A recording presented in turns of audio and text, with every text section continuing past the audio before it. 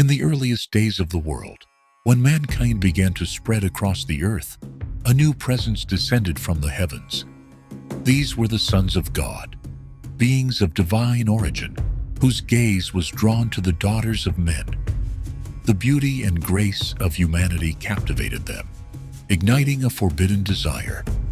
And so, defying the boundaries of heaven and earth, they chose wives from among the daughters of men, forming a union that would change the world forever.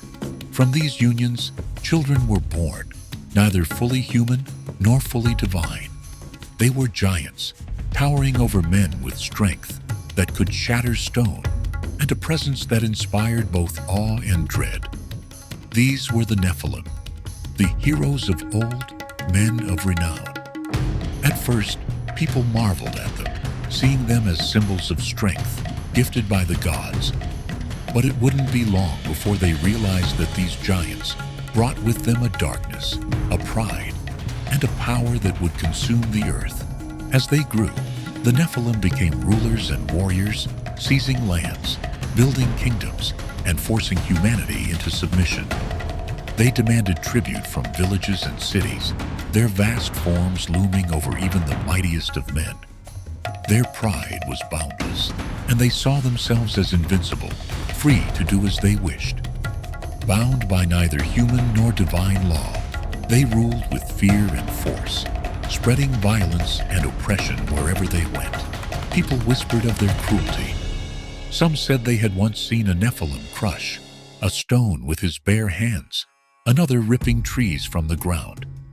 These giants waged wars, leading armies into battle for sheer conquest, reveling in the terror they inspired. Legends spread that some could call upon unnatural powers and that no mortal man could stand against them. But their power was not limited to brute strength. The Nephilim sought out forbidden knowledge, delving into arts that humanity was never meant to know. They taught men to forge weapons of iron, weapons that could slay by the thousands. They introduced dark rituals, unnatural practices that left corruption in their wake. The simple ways of life turned toward violence and greed as humanity followed the giants' lead.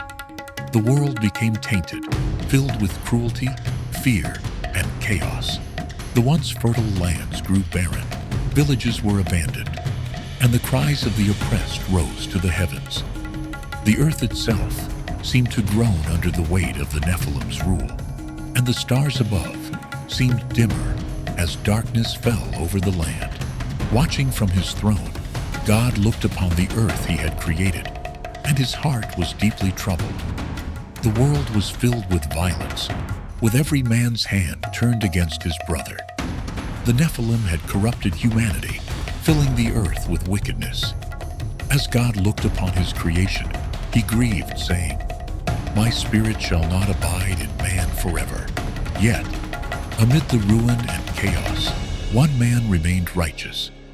His name was Noah, a man of quiet strength who walked faithfully with God.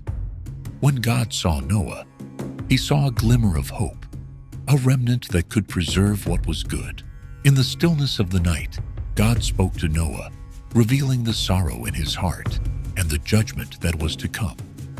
"The end of all flesh has come before me," God told him, "for the earth is filled with violence because of them. Make yourself an ark, for I am going to bring floodwaters on the earth to destroy all life under the heavens." Noah set to work, building the ark as God had instructed him. Day by day, he hammered and sawed, all while the world continued in its corruption.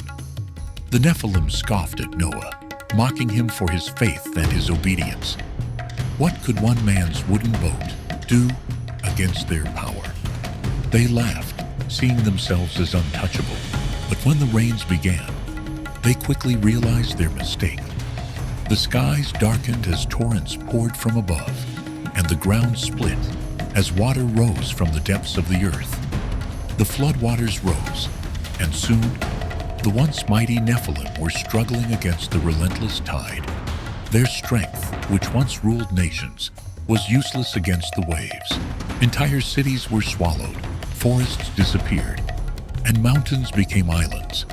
Even the Nephilim, the giants who had terrorized the world, were swept away, their voices silenced beneath the waters.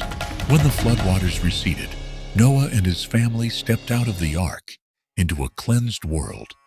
The Nephilim were gone, their reign of chaos and corruption wiped away. The earth was once again peaceful, with a new beginning for humanity. And though the Nephilim faded into legend, their story lived on, a warning of the dangers of unchecked power, pride, and the dark paths that can lead even the mightiest to ruin.